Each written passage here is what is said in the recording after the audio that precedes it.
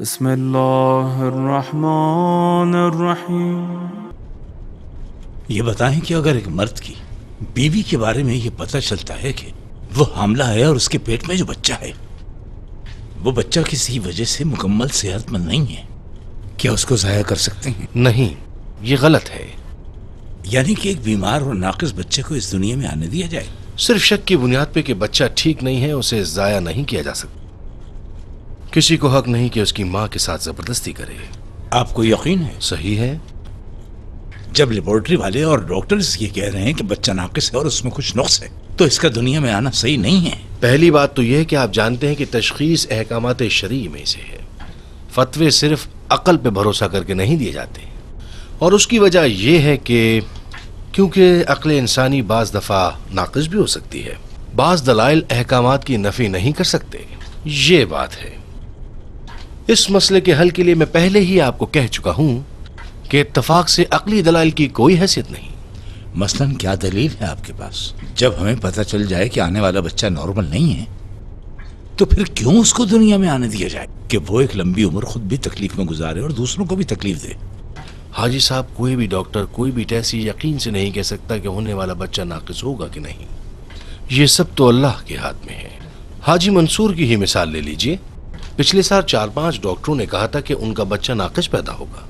یاد ہے کہ وہ کتنا پریشان تھے، لیکن جب بچہ پیدا ہوا تو وہ بالکل ٹھیک تھا۔ تو پھر ہم کیسے یقین کر لیں کہ پیدا ہونے والا بچہ ناقص ہوگا، یا پھر وہ ناقابل علاج ہوگا، یا پھر وہ بچہ پیدائشی طور پر معذور یا پھر کسی بڑی بیماری کا شکار ہوگا؟ سمجھے حاجی صاحب، یہ خیال غلط ہے کہ کسی پیدا ہونے والے انسان کو اس لیے مار دیا جائے کہ وہ معذور ہوگا۔ یہ تو سیدھا سیدھا قتل ہوگا۔ اگر ایسا ہے تو دنیا میں جتنے بھی معذور ہیں ان سب کو قتل کر دیا جائے۔ آپ کی باتوں سے تو میں یہ اندازہ لگا رہا ہوں کہ اگر کسی انسان میں ذرا سا بھی نقص ہے تو وہ واجب القتل ہوا۔ آپ کے خیال میں آپ اس کو سکون بخش رہے ہیں۔ حاجی صاحب، میں دراصل آپ سے اس بچے کے بارے میں بات کر رہا ہوں جو ابھی اپنی ماں کے پیٹ میں ہی ہے، وہ ابھی اس دنیا میں نہیں آیا ہے۔ شاید آپ یہی کچھ غلطی کر رہے ہیں کہ پیٹ میں جو بچہ ہے وہ انسان نہیں ہے۔ فرض صرف یہ ہے کہ وہ انسان ابھی اپنی ماں کے پیٹ میں قید ہے، اس دنیا میں نہیں آیا۔